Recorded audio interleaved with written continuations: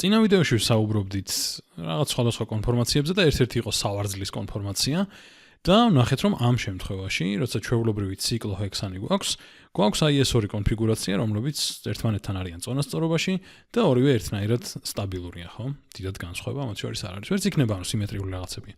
მაგრამ ახლა მოდი წარმოვიდგინოთ, რომ ნაცვლად ციკლოჰექსანისა, ჩვეულებრივად ციკლოჰექსანისა გვაქვს მეთილ ციკლოჰექსანი. ანუ ესე იგი, წარმოვიდგინოთ რომ აქ გვაქვს ჩვენი, ცოტა გავასწორებ. ესე იგი, აქ გვაქვს ციკლოჰექსანი. ოღონდ ერთგან აქვს ახლა მეთილის ჯგუფი, ანუ თავისი CH3, ანუ სამი ცალი A-ში გვაქვს აქ. აი ეს უკეთ შევკრავ. არ უნდა პრინციპში. აი ეს არის ესე იგი მეთილ ციკლოჰექსანი. და ახლა უკვე ჩნდება კითხვა. თუ აქ დაემატა, ანუ აი ამ A-შის ნაცვლად, მოდი ცოტა უფრო კარგად რომ გამოჩნდეს, ამას წავშლი. ახლა მივაწერ CH. ხო? კი არა და CH3 უფრო სწორად. მეთილის ჯგუფი. ახლა თუ აქ მაქვს CH3 და მეორე ვარიანტი არის რომ აი აქ მქონდეს CH3. ამ შემთხვევაში იქნება თუ არა განსხვავება. თან ესეც მოდი დამაბნეველი რომ არ იყოს. ცოტა უკეთ გავაკეთებ. ცოტა ისე ვიზამ რომ ერთმანეთში არ აირიოს. აი აქ არის ესე იგი CH3. ნაცვლად უბრალოდ A-შისა, ხო? ახლა მაინტერესებს რომელი შემთხვევა იქნება უფრო სტაბილური. იმიტომ რომ შეიძლება იფიქროთ რომ აი მაგალითად ამ შემთხვევაში, როცა აქსიალურ მდგომარეობაში არის მეთილის ჯგუფი, უფრო ახლოს შეიძლება იყოს სხვა ნახშირბადებთან, სხვა ელექტრონულ ღრუბლებთან და თუ ეგ იფიქრეთ, მართალიცაა, ანუ უფრო მოუნდება რომ წამოვიდეს აქეთ, იმიტომ რომ მეტი ელექტრონული ღრუბელი იქნება ერთ სივრცეში ახლოს, ვიდრე ამ შემთხვევაში.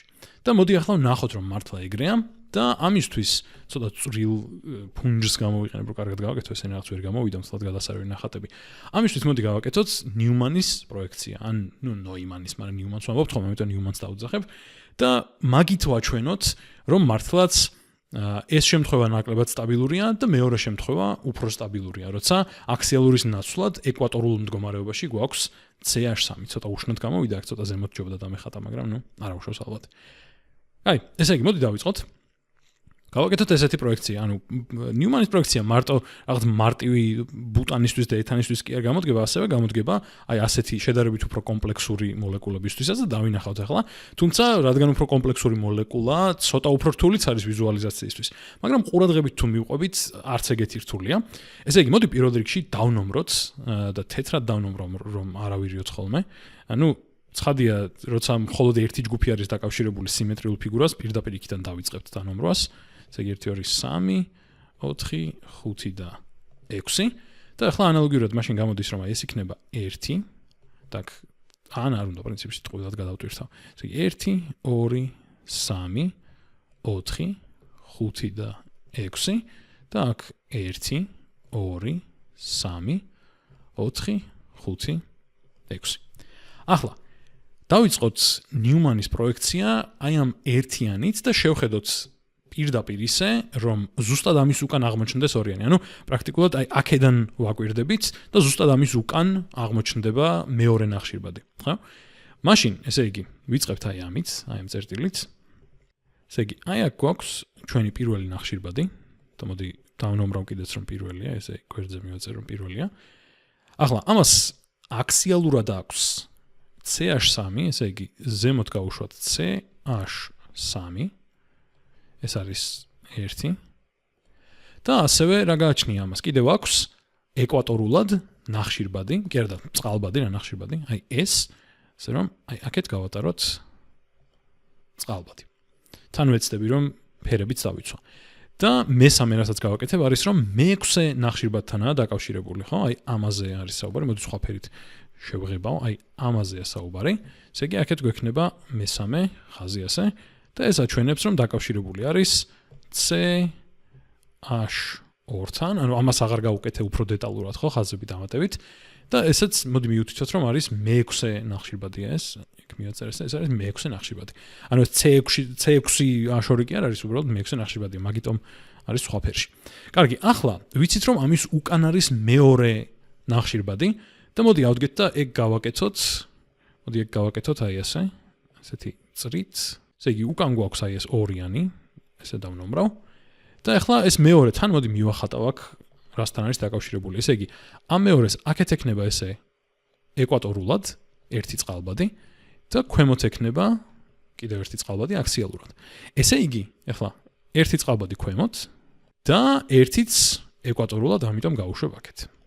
და ახლა ეს მეორე ნახშირბადი თავის მხრივ დაკავშირებული არის მესამესთან. ანუ ახლა აი ამაზეა საუბარი, აი ამ კავშირზე. აი ამ კავშირზე, რომელიც გვექნება აი აქეთ. და ეს არის ჩვენი მესამე ნახშირბადი, ცალკე CH2. მივანომროთ, რომ ეს არის მესამე ნახშირბადი. მოდი აქ ალბათ ჯობს რომ შემოვხაზო ესენი, თორე თუ არ შემოვხაზე, ცოტა ვიზუალურად უფრო დამაბნეველი ხდება. აი ესე უფრო კარგია მე მგონი. ეს არის მესამე ნახშირბადი და ახლა მოდი სხვა რაკურსი უნდა შევარჩიოთ, რომ გავაგრძელოთ ჩვენი პროექციის ხაზვა. და ამისთვის ახლა შევხედოთ, ანუ აი ამ მონაკვეთის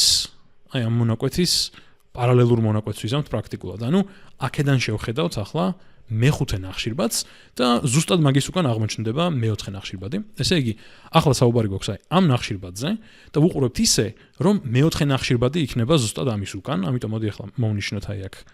ესე იგი, აი აქ ავიღოთ მეხუთე ნახშირბადი და ახლა მოდი ვნახოთ, ესე იგი, მეხუთე ნახშირბადს რა აქვს? ექნება ერთი წყალბადი აქსიალურად და ერთი ეკვატორულად. ოღონდ უნდა დაუკვირდეთ იმას, რომ ახლა ეს რადგან აი უფრო მარტივად რომ წარმოვიდგინოთ, როდის საით უნდა დავხაზოთ ეს წყალბადები, ჩემთვის ყველაზე მარტივი წარმოსადგენია, რომ რაღაც წრეზე თუ გავუყვები წინან უკან.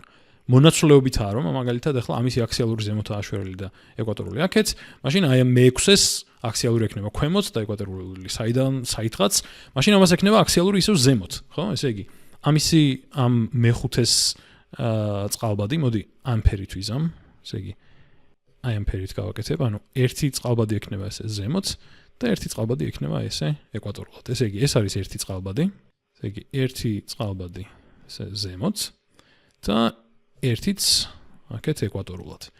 და ეს მეხუთე დაკავშირებული არის ვისთან? დაკავშირებული არის, ნუ ერთის მხრივ მეოთხესთან, რომელიც უკან აღმოჩნდება ამის და მეორე მხრივ მე-6-ესთან, ხო? ანუ მე-6-ესთან აი ამ კავშირზეა საუბარი, მეორე ფერსაც ესე გავაკეთებ. ცოტა შორს გამომივიდა ეს. მოდი ძალიან დამობნეველი რომ არ იყოს. ან უბრალოდ ცოტა ლამაზად რომ მოხდეს თვალს, ცოტა დავაახლოვებ აი ასე. და უფრო წესიერად გამოვა, წესით და რიგით. ესე იგი, დაკავშირებული არის მეორე საუკეთო, აი ეს. მეორეც აი ამ მე-6-ესთან. ესე იგი, მე-5 და პირველი დაკავშირებულია ამ მე-6 ნახშირბადთან. კარგი, ახლა ამის უკან არის მე-4, როგორც თქვით. მოდი ამისთვის ლურჯ ფერს ავარჩევ, ახლა ამაზე საუბარი. ესე იგი, ამის უკან გავაკეთოთ მე-4, აი ასე. მოდი ამასაც დავნომრავ. დავინახოთ რასთან გვაქვს საქმე. ესე იგი, ეს არის მე-4. და თან ისე ის არის არა წენდა, მაგრამ ნუ ვიცით რაზე ელაპარაკი. და ახლა მე-4-ს ქვემოთ ექნება ერთი ცალი, წყალბადი, აქსიალურად. ერთი წყალბადი ექნება აქეთ უნდა გავიშვიროთ ეკვატორულად და მე-4 დაკავშირებული არის მე-3-ესთან. აი ამ კავშირზეა საუბარი. ანუ აი ასე. ახლა აი ეს არის უკვე ჩვენი ნიუმანის პროექცია აი ამ კონკრეტული კონფორმაციისთვის. და ახლა იმისთვის რომ შევადაროთ, უნდა მეორესთვისაც გავაკეთოთ იგივე. და ნუ ეს ცოტა ნელა გავაკეთე, იმიტომ რომ ყურადღებით ყოფილიყავით, ხა მეორე ცოტა უფრო სწრაფად ვქნათ, მაგრამ ალბათ ძალიან სწრაფადაც არ ვიზამ, იმიტომ რომ არ მინდა რომ შეცდომა დაუშვა. ასეთ რაღაცებში როცა ამდენი ჩახლართულობა ხდება, ჯობს რომ ცოტა ფრთხილად იყო მაინც. ასე რომ ისევ იგივენაირად დავიწყოთ, ანუ ისევ პირველით ვიწყებთ, ანუ აი ამას ვაკვირდებით და ისევ ამის უკან აღმოჩნდება მეორე. მოდი კიდე გამოვწევ ცოტა. ესე იგი, აი აქ გვაქვს ერთიანი. ახლა დავუკვირდეთ, რომ ამ შემთხვევაში უკვე აქსიალურად იქნება წყალბადი, ანუ მოდი დავნომროთ თან, ყველაფერთან ერთად. ესე იგი, ეს არის ჩვენი, ой, რატო გავაკეთე ეს? ეს არის ჩვენი ერთიანი. აქსიალურად ქვემოთ გვექნება წყალბადი, ცოტა დიდად ვიზამ. და ეკვატორულად გვექნება უკვე CH3. ხო? რაც ამ შემთხვევაში ზემოთ გქონდა აქსიალურად. ესე იგი, აქეთ გავუშვათ ახლა CH3. ახლა აღმოჩნდა, რატო ვერ ვაკეთებ ამ წრეებს? რაღაც ესეთ გუშნო უნდა გავაკეთო მაინც და მაინც. ახლა აღმოჩნდა აქ. და ასევე ვიცით, რომ ეს ერთიანი დაკავშირებული არის 6-იანთან, რომელიც ახლა აღმოჩნდება ზემოთ. ანუ ერთიანს და 6-იანს რო უძახით, ხადია. პირველი ნახშირბადი, მე-6 ნახშირბადი ეგენი იგულისხმება. ისევ იგივე ფერებში გავაკეთოთ თან მოდი მეტნაკლებად. ესე იგი აქეთ უნდა გავუშვა ახლა და აქ მექნება CH2 და ეს CH2 არის ისევ ეს ჩვენი მეექვსე ნახშირბადი, ხო? ახლა ამის უკან არის ისევ და ისევ მეორე ნახშირბადი. ესე იგი ეს არის ჩვენი მეორე ნახშირბადი უკან. დავნომროთ ესეც. ეს არის მეორე. და ახლა ამასაც შეცვლილი იქნება რაღაცები. ანუ მაგალითად აქ მეორე ნახშირბადს თუ ქონდა აქსიალური გაშვერილი ქვემოთ და ეკვატორული. ახლა იქნება ზემოთ აქსიალური და ერთი ეკვატორული, ხო? ესე იგი ზემოთ გვაქვს ერთი წყალბადი. შემდეგ აქეთ გვაქვს ეკვატორული, ესე იგი აქსიალური ეკვატორული და მეორე დაკავშირებული არის მესამესთან, ხო? ანუ ამასთან რა ფერით მქონდა გაკეთებული მეორე და მესამე? ამაზეა საუბარი. ესე იგი, ახლა ეს მესამე აღმოჩნდა ქვემოთ. ანუ შეიძლება ამ ნახაზში კარგად არ ჩანს, მაგრამ სიამდვილეში რომ დაუკვირდეთ, ამის გასწვრივ უნდა უყურებდეთ ამ ხაზის. და მაშინ ეს ქვემოთ, ზემოთ, ანუ ერთიანი ქვემოთაა, 6 და 2 ზემოთაა, 3 ქვემოთაა, 5 ქვემოთაა, 4 ზემოთაა, ეგრე უნდა დაუკვირდეთ. და ამიტომ, ესე იგი, სამიანი გვაქვს ახლა აქეთ. ეს არის ჩვენი მესამე CH2. და ამასაც შემოვხაზავ. და ამასაც შემოვხაზავ, უფრო კარგად ჩანს აშკარად, ხო? ოღონდ ორიანიც არ წავშალო შემთხვევით. და ეს როგორც თქვით არის მესამე ნახშირბადი. და ახლა ერთი ნაბიჯიღა დაგვრჩა, ისევ იგივენაირად მეხუთეს შევხედოთ აქედან, ისე რომ მეოთხე აღმოჩნდეს უკან, როგორც წეღანქენიც. ესე იგი, აქ გვაქვს ჩვენი მეხუთე, ეს არის მეხუთე ნახშირბადი. ახლა მეხუთე ნახშირბადის შემთხვევაში წეღან რა ხდებოდა? წეღანი იყო რომ ერთი აქსიალურად ზემოთ იყო, ერთი იყო ეკვატორულად, ახლა ქვემოთ იქნება აქსიალურად, ანუ ერთი გვექნება ასე, ერთი გვექნება ასე, რაღაცა ეგრე. უბრალოდ ზედმეტად აღარ მინდა რომ ყოველად გადავტვირთო რაღაცები. და ამიტომ, ესე იგი, ერთი წყალბადი აქსიალურად ქვემოთ, ერთი ეკვატორულად აქეთ და მეხუთე დაკავშირებულია ცხადია მე-6-ესთან. და წინა შემთხვევაში თუ იყო მე-5 ზემოთ მე-6 ქვემოთ, ისევ ამ ხაზის გასწვრივ უნდა უყუროთ, ხო? მე-5 ზემოთ იყო მე-6 ქვემოთ. ახლა მე-6-ია ზემოთ, მე-5 ქვემოთ ნახაზში, ამიტომ მე-6 აქა, მე-5 აქა და როგორც ეს არის დაკავშირებული ქვემოთ ზემოთ, ასე, ანალოგიურად იქნება აქაც ასე დაკავშირებული. ცოტა ისევ კარგი იქნებოდა უფრო ახლოს გამეკეთებინა ეს, ალბათ. მოდი მივიწევ ოდნავ ახლოს. დავუკავშიროთ. ოდნავ უკეთესია მაინც რაღაცნაირად. მაინც ცოტა უკეთ ვიზამ. რაღაცა ასე. და დაგვრჩა ახლა მეოთხე, რომელიც არის ამის უკან და ამას ექნება ერთი აქსიალურად ზემოთ, ერთი ასე, ეკვატორულად და დაკავშირებული იქნება მესამესთან, მეოთხე ზემოთაა, მესამე ქვემოთაა და აქ პირიქით იყო და ამიტომ ახლა დაკავშირდება ასე.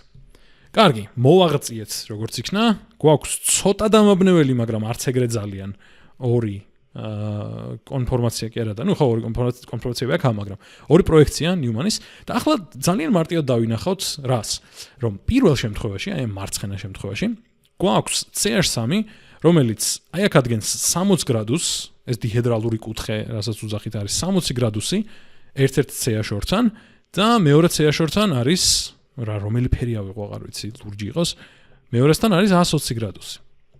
და ამ შემთხვევაში ამ მე-6 ნახშირბადთან ახლა ადგენს 60 გრადუსს აქ. 60 გრადუსი და მესამესთან ადგენს 180 გრადუსს. და ახლა თუ დაუკვირდებით ერთ შემთხვევაში გქონდა 60 და 120, მეორეში 60 და 180, ანუ აშკარად უკეთესი მდგომარეობაა ეს, იმიტომ რომ უკეთესი რა გაგებით, ნაკლები პოტენციალი აქვს ამ სისტემას, იმიტომ რომ ნაკლები პოტენციური ენერგია აქვს, იმიტომ რომ უფრო შორს არის ერთ-ერთი ელექტრონული ღრუბლისგან, ეს მეთილის ჯგუფი, ვიდრე ამ შემთხვევაში იყო. ესე იგი გამოდის რომ ეს არის უფრო სტაბილური. უფრო სტაბილური არის ეს. ანუ პრაქტიკულად ეს არის ანტიკონფიგურაცია.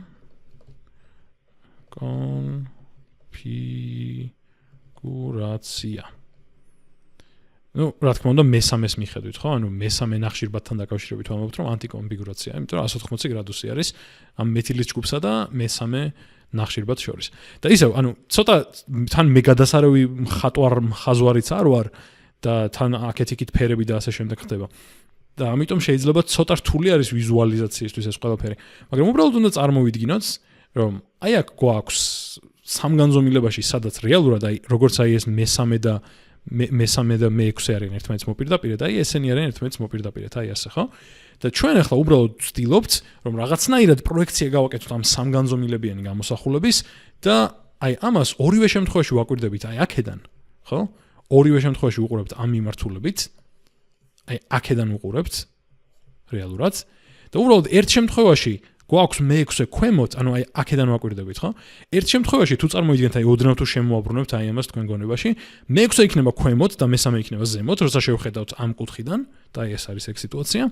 მეორე შემთხვევაში პირიქით, მე-3 იქნება ქვემოთ, მე-6 იქნება ზემოთ. ანუ აი ზუსტად ჯდება, უბრალოდ ნახატი არაა გადასარევი ამ სამგანზომილებიანის და არც ამათი, მაგრამ არც ისეთი ცუდია რომ ვერ გაარჩიო. ანუ თავარია ეგ წარმოიდგინო რომ როგორმე აი ისე რომ შევხედო ამ სამგანზომილებიან ფიგურას რომ აი ეს მე-3 და მე-6 აი ესენი ერთ ხაზზე დაჯდეს ანუ მე-3 აქ მქონდეს და მე-6 აქ მქონდეს და ეგრე ვუყურებდე ხო მაშინ აი ესე ერთიანი მექნება აი აქეთ ზემოთ მეორე მხარეს ზემოთ მექნება ხუთიანი ანუ ერთიანი მექნება აქ ხუთიანი მექნება აქ აი ეს ერთიანი და ხუთიანი და მე ეს უკვე ცოტა ანუ მე-4 და მეორე როგორც ვნახეთ არის ერთიანის და ხუთიანის უკან ამიტომ ვერ ვხედავთ იმდენად პირდაპირ ვუყურებთ და სამაგიეროც ერთიანიც, კი არა და ორიანიც და ოთხიანიც, რომელიც აი ამათ უკანაა, აი აქ ოთხიანი და აი აქ ორიანი. დაკავშირებულია სამიანთან, რომელიც არის ზემოთ, ხო? და ზუსტად ეგ არის აი აქ რაც გვიხატია, უბრალოდ ნელ-ნელა რომ მიუყვები ამის გარჩევას, შეიძლება ეგეთი ცხადი არ იყოს. და ნუ აქეთ პირიქითაა, ხო? ანუ ისევ იგივე კუთხით შევხედეთ და უბრალოდ 6-იანი არის, ანუ მე-6 ნახშირბადია ზემოთ, მე-3-ია ქვემოთ. ეგ არის და ეგ.